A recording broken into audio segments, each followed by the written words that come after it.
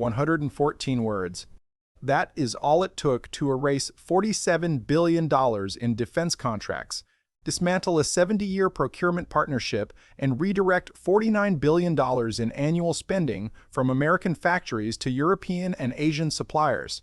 On April 19, 2026, at 10:47 a.m. Eastern, a single-page letter arrived at the Pentagon from Ottawa. No warning, no negotiation, no appeal. Just a termination notice that transformed the North American defense industrial base overnight. This was not a tariff, not a sanction, not a diplomatic protest. It was a strategic decoupling executed with surgical precision, and its consequences are already rippling to factory floors, congressional districts, and global stock markets.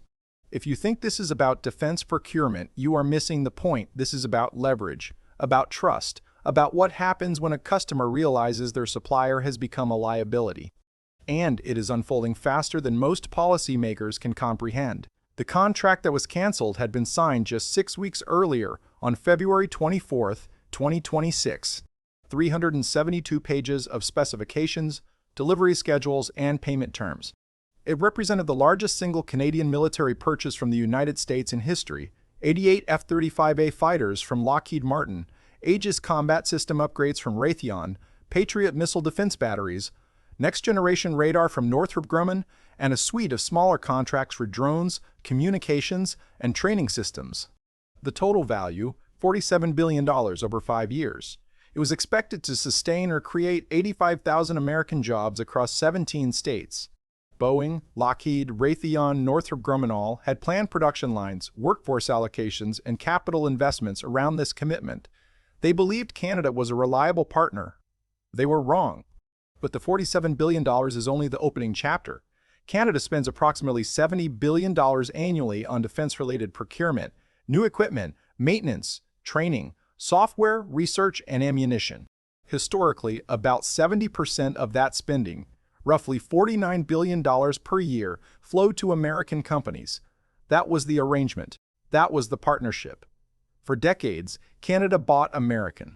It sustained American defense jobs. It kept American factories running at capacity, and with 114 words, Prime Minister Carney ended it. Not temporarily, not as a bargaining chip. Permanently. 70% of Canadian defense spending is now being redirected to European and Asian suppliers. The message is clear. Dependence is a vulnerability, and Canada will no longer accept that vulnerability from a partner that has shown it can weaponize economic interdependence. The immediate beneficiaries are not in the United States. Within hours of the announcement, European defense contractors saw their stock prices surge. Saab of Sweden jumped 18% on news it is negotiating to supply Gripen fighters as an F-35 alternative. Dassault Aviation of France rose 22% on discussions about Rafale jets. Thales, BAE Systems, Leonardo, and Rheinmetall posted double-digit gains as investors recognize the scale of the opportunity. Canada is not just shopping for replacements, it is building new long-term partnerships designed to lock in supply chains that are insulated from American political volatility. Asian contractors are also in the mix. South Korea's Hanwha Defense, Japan's Mitsubishi Heavy Industries, and Israel's Rafael Advanced Defense Systems have all received inquiries. The global defense market just witnessed one of America's most predictable customers exit its ecosystem and redistribute billions to competitors. This is not a temporary diversion, it is a structural realignment. The human impact in the United States is already measurable and concentrated. That $49 billion in annual Canadian spending sustains approximately 185,000 American jobs across the defense industrial base. These are not just engineers and assembly line workers. They include suppliers, subcontractors, logistics providers, and service technicians embedded in communities from Fort Worth to Tucson, from Palmdale to Nashua. Texas alone accounts for roughly 28,000 of these jobs, centered on Lockheed Martin and Raytheon facilities. California has 22,000 tied to Northrop Grumman and Aerospace suppliers. Arizona, Massachusetts, Connecticut, Florida, and Virginia each host thousands more. These are real people with mortgages, school districts, and local economies that depend on the predictability of defense contracts. And that predictability just vanished. Corporate statements began circulating within 2 hours. Lockheed Martin warned that canceling the Canadian F-35 contract represents approximately $3.8 billion in lost annual revenue over the contract period, requiring workforce reductions of roughly 15,000 positions globally, with the majority of cuts affecting U.S. facilities. Raytheon cited losses of $2.9 billion annually from canceled Aegis and Patriot contracts, projecting 11,000 job reductions primarily in Massachusetts, Arizona, and Texas. Northrop Grumman noted that Canadian procurement represented 7% of its annual revenue, forcing significant restructuring. Boeing, while not part of the February contract, flagged that Canada's exclusion of U.S. suppliers from future procurements puts 8,000 long-term jobs at risk. Combined, the initial announcements point to over 50,000 jobs being eliminated. More are expected as companies complete their assessments. The political reaction has been swift and bipartisan. Senators from affected states, Republican and Democrat alike, are united in blaming the collapse of the relationship on the behavior that precipitated Canada's decision. Mark Kelly of Arizona warned that losing Canadian F-35 orders threatens 18,000 state jobs. John Cornyn of Texas called the loss of nearly 30,000 defense jobs a disaster for his state's economy and for national security. Elizabeth Warren of Massachusetts highlighted that 15,000 Raytheon-related jobs in her state are now at risk, asking what was gained by allowing political ego to override partnership. This is not partisan posturing. It is a recognition that the foundation of defense industrial planning, predictable, long-term demand, has been fractured. What makes this shift permanent is not rhetoric.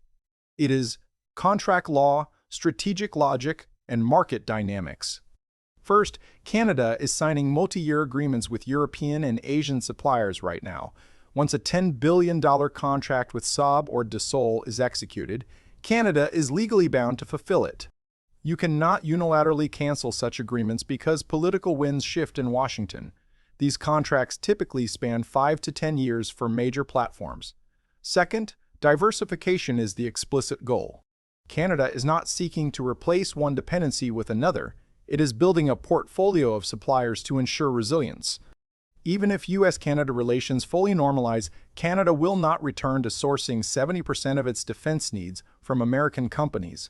30 or 40% might be possible in a best-case scenario. The era of overwhelming reliance is over. Third, trust has been damaged.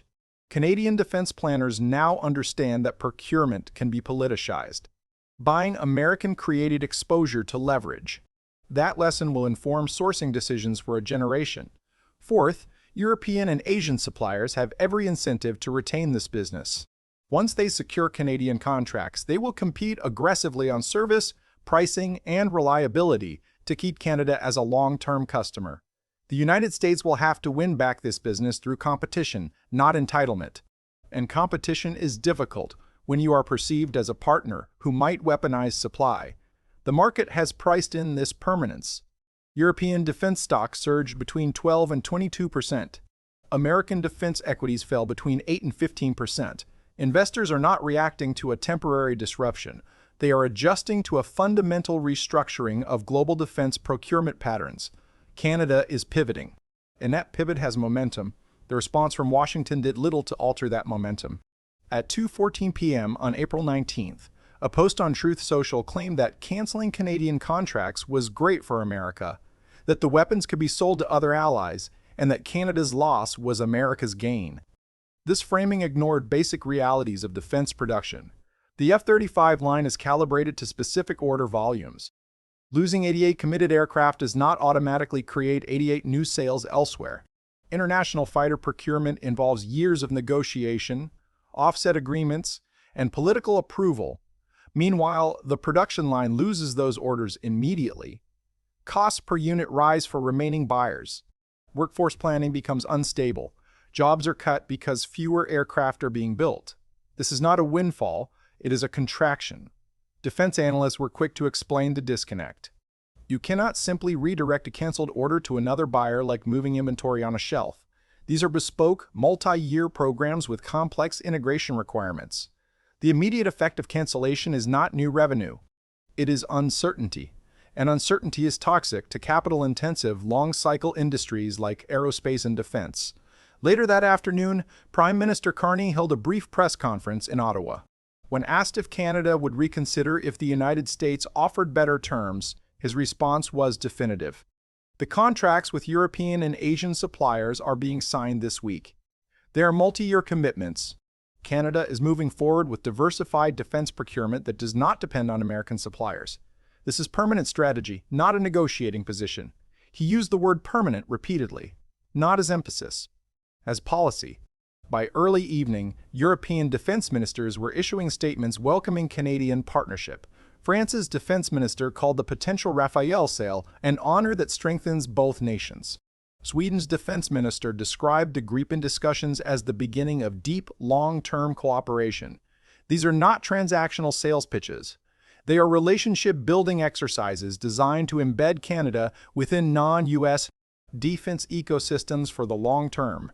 Union leaders from affected U.S. facilities began speaking out by 6 p.m. The United Auto Workers president noted that 8,000 members building F-35 components in Texas, Arizona, and California would lose their jobs due to the cancellation. The International Association of Machinists highlighted that Raytheon facilities employed thousands of their members working on systems Canada was buying. Those jobs, they stated, are gone. They called on Congress to act before more American manufacturing jobs are destroyed by reckless behavior. By 8 p.m., the first layoff announcements began. Lockheed Martin's Fort Worth facility, 3,200 jobs to be eliminated over 6 months. Raytheon's Tucson operation, 2,800 positions. Northrop Grumman in Palmdale, 1,900. These are just the first wave. More will follow as companies complete their workforce assessments. The broader implication extends beyond defense procurement. This episode demonstrates how economic interdependence, once considered a stabilizing force, can become a source of vulnerability when political trust erodes. Canada's decision is a case study in risk mitigation. It signals to other U.S. partners that diversification is not just an option, it is a strategic imperative.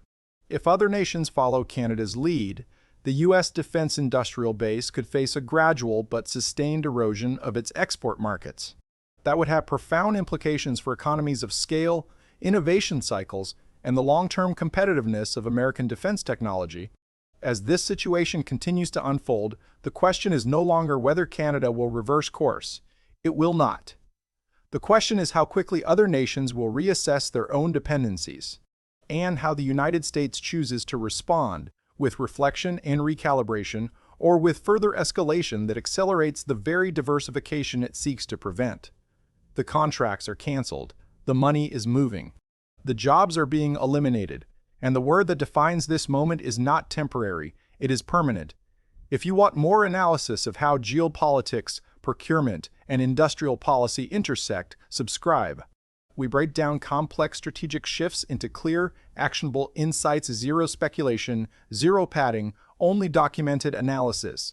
Sources for every claim are linked below. Stay sharp.